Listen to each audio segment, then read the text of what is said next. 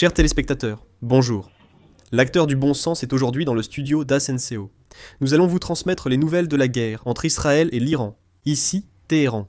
Vendredi, des milliers d'Iraniens sont descendus dans les rues de Téhéran et d'autres villes pour protester contre Israël. À Téhéran, une foule a brandi des drapeaux et scandé des slogans anti-occidentaux, sous une chaleur de 35 degrés. À Beyrouth, au Liban, de nombreux Libanais ont manifesté en soutien à l'Iran. Ici à Haïfa, l'armée israélienne a envoyé son aviation pour intercepter les missiles balistiques iraniens. Des explosions ont été entendues au-dessus de Jérusalem et de Tel Aviv. Voici une vidéo montrant un missile iranien frappant directement Haïfa. L'armée israélienne a échoué à intercepter 5 des 20 missiles iraniens. Cette vidéo montre les dégâts causés par une attaque de missiles à Haïfa. La route est au jonché de débris. Au moins 16 personnes ont été blessées dans la région de Haïfa, dont 2 grièvement. Cette vidéo a été capturée juste après le raid aérien iranien. Les autorités israéliennes ont recommandé aux citoyens de rester dans les abris en prévision d'autres attaques.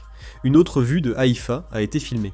On suppose que l'armée iranienne a attaqué un bâtiment du ministère de l'Intérieur israélien, avec un rayon d'explosion d'environ 30 mètres. Une attaque des forces iraniennes a été confirmée à Ashkelon, en Israël.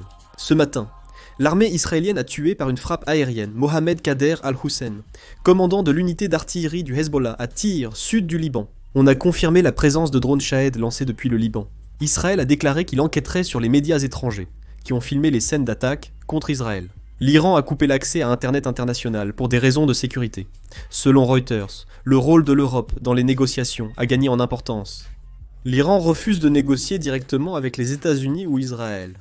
Le président Macron a déclaré que la France, l'Allemagne et le Royaume-Uni étaient prêts à proposer une négociation complète à l'Iran, peu avant d'importantes discussions diplomatiques en Suisse.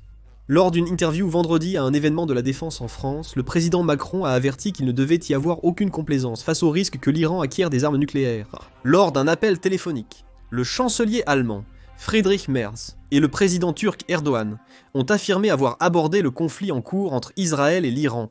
D'après le porte-parole, les deux dirigeants ont parlé de leurs efforts diplomatiques pour prévenir une escalade et ont convenu d'une étroite coopération future. D'après les médias d'État qataris, le Premier ministre et ministre des Affaires étrangères du Qatar, Cheikh Mohammed Ben Abdelrahman Ben Jassim Al Thani, a eu un entretien téléphonique avec son homologue norvégien, Espen Barth Eide, selon l'agence de presse qatari. Lors d'un appel téléphonique, le Premier ministre qatari, Cheikh Mohammed, a condamné les violations et attaques répétées d'Israël dans la région, affirmant qu'elles compromettent la paix et risquent d'entraîner une guerre régionale. Je vais conclure la vidéo, merci.